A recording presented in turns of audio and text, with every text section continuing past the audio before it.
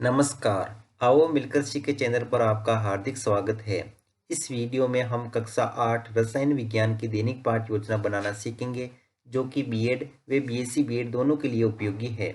इस पाठ योजना में प्रकरण लिया है वायु के अवयव, जिसमें शिक्षण बिंदु है जलवाष्प, गैस, धूल तथा धुआं।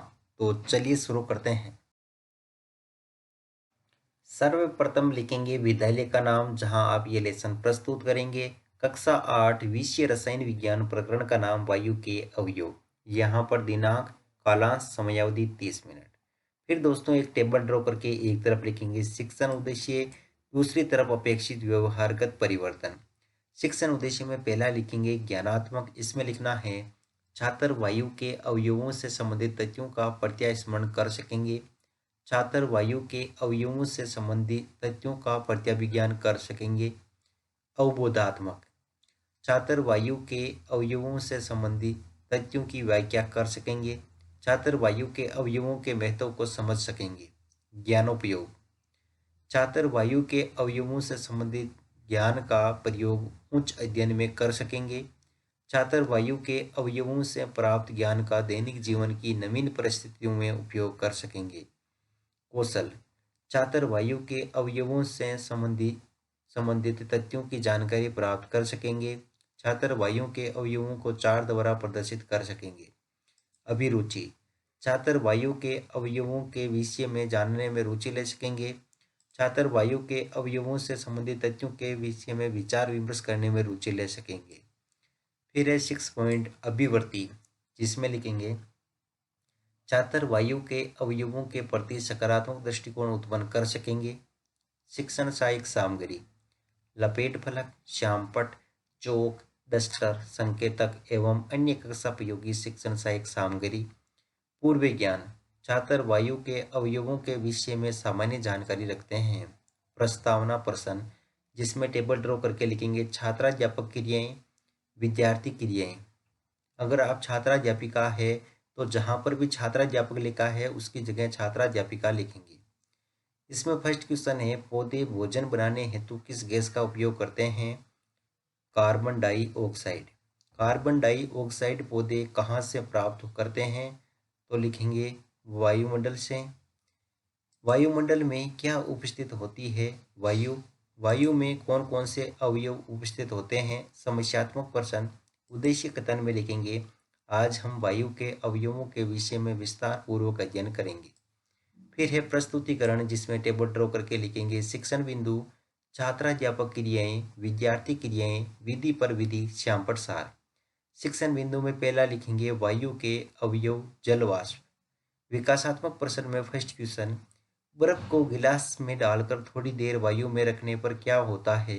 गिलास की सतह पर जल की बूंदें दिखाई देती है। गिलास पर जल की बूंदें कहाँ से आती है? वायु से। वायु के इस अवयव के कारण ये बूंदें दिखाई देती है। किस अवयव के कारण ये बूंदें दिखाई देती है? तो निरुत्तर। विधि पर विधि में प्रश्नोत्तर विधि। फिर है छात्राध्यापक कथन, जो इसमें लिखेंगे वायु के अवयवों में एक अवयव जलवाष्प है। वायु में जलवाष्प विद्यमान होती है। जब वायु किसी ठंडे पृष्ठ के संपर्क में आती है तो इसमें उपस्थित जलवाष्प ठंडी होकर संघनित हो जाती है तथा जल की बूंदें ठंडे पृष्ठ पर दिखाई देती है। प्रकृति में जल चक्र के लिए वायु में जलवाष्प का उपस्थित होना अनिवार्य है। विद्यार्थी क्रिया में लिखेंगे विद्यार्थी ध्यानपूर्वक सुनेंगे तथा मुख्य बिंदुओं को अपनी अभ्यास पुस्तिका में लिखेंगे। विधि में व्याख्यान विधि और श्यामपट्ट सार में लिखेंगे वायु का एक मुख्य अवयव जलवाष्प होती है। जल चक्र हेतु जलवाष्प की उपस्थिति आवश्यक है। बोध प्रश्न, वायु के एक अवयव का नाम लिखिए। जलवाष्प। जल चक्र हेतु किसकी उपस्थिति आवश्यक है? जलवाष्प की। विधि में प्रश्नोत्तर विधि। फिर है दूसरा शिक्षण बिंदु गैसें। विकासात्मक प्रश्न में फर्स्ट क्वेश्चन, किसी वायु को जलाने हेतु क्या आवश्यक है? किसी वस्तु को जलाने हेतु क्या आवश्यक है? तो लिखेंगे ऑक्सीजन। ऑक्सीजन क्या है? गैस। वायुमंडल में कौन कौन सी गैसें उपस्थित होती है? निरुत्तर। विधि में प्रश्नोत्तर विधि। छात्राध्यापक कथन, जिसमें लिखेंगे वायुमंडल में उपस्थित वायु अनेक गैसों का मिश्रण होती है। वायु में 21% ऑक्सीजन, 78% नाइट्रोजन तथा 1% कार्बन डाइऑक्साइड तथा कुछ अन्य गैसें होती है। वस्तुओं के जलने हेतु ऑक्सीजन आवश्यक होती है। जलने पर CO2 गैस निकलती है तथा पेड़ पौधों को नाइट्रोजन की अपनी आवश्यकता प्रोटीन निर्माण हेतु होती है। फिर लिखेंगे विद्यार्थी क्रिया। विद्यार्थी ध्यानपूर्वक सुनेंगे तथा मुख्य बिंदुओं को अपनी अभ्यास पुस्तिका में लिखेंगे। विधि में व्याख्यान विधि और श्यामपट सार में लिखेंगे वायु नाइट्रोजन, ऑक्सीजन, कार्बन डाइऑक्साइड तथा कुछ अन्य गैसों का मिश्रण है। ऑक्सीजन ज्वलन व श्वसन के लिए आवश्यक है। बहुत प्रश्न में लिखेंगे फर्स्ट क्वेश्चन, श्वसन व ज्वलन हेतु कौन सी गैस आवश्यक है, सहायक है, तो लिखेंगे ऑक्सीजन। पौधों को प्रोटीन निर्माण में सहायक गैस कौन सी है, नाइट्रोजन। विधि परिविधि में प्रश्नोत्तर परिविधि। तीसरा शिक्षण बिंदु है धूल तथा धुआं, जिसमें विकासात्मक प्रश्न में फर्स्ट क्वेश्चन लिखेंगे ऊष्मा किससे प्राप्त होती है, ईंधन से।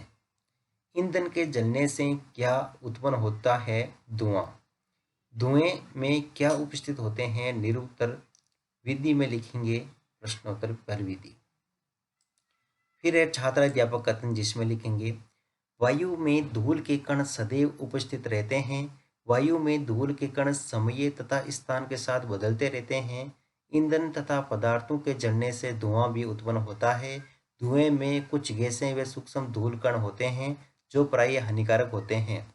धूल के कणों को श्वसन तंत्र में जाने से रोकने हेतु हमारी नाक में छोटे छोटे बाल तथा श्लेष्मा उपस्थित होती है। विद्यार्थी क्रिया में लिखेंगे विद्यार्थी ध्यानपूर्वक सुनेंगे तथा मुख्य बिंदुओं को अपनी अभ्यास पुस्तिका में लिखेंगे। विधि में व्याख्यान विधि। श्यामपट सार में लिखेंगे वायु में कुछ मात्रा में ईंधनों से निकलता धुआं व धूल के कण भी उपस्थित होते हैं। बोध प्रश्न में लिखेंगे फर्स्ट क्वेश्चन, धुएं में उपस्थित अवयवों के नाम लिखो, तो गैस व कुछ सूक्ष्म धूल कण। सेकेंड क्वेश्चन है श्वसन तंत्र में धूल के कणों व धुआं को जाने से कौन रोकता है, तो नाक में उपस्थित छोटे बाल तथा श्लेष्मा। विधि में प्रश्नोत्तर परिविधि। फिर है अंत में मूल्यांकन प्रश्न, उसमें लिखेंगे फर्स्ट क्वेश्चन, वायु में उपस्थित गैसें हैं नाइट्रोजन, ऑक्सीजन, CO2 उपयुक्त सभी। ईंधन को जलने से गैस उत्पन्न होती है CO2 या O2। वायुमंडल में 87% नाइट्रोजन गैस उपस्थित है, सत्य या असत्य। वायु में उपस्थित जलवाष्प पर टिप्पणी लिखिए। वायु में कौन कौन सी गैसें उपस्थित होती है। गृह कार्य में लिखेंगे वायु के मुख्य अवयवों को चित्र द्वारा प्रदर्शित कीजिए। अंत में पर्यवेक्षक टिप्पणी।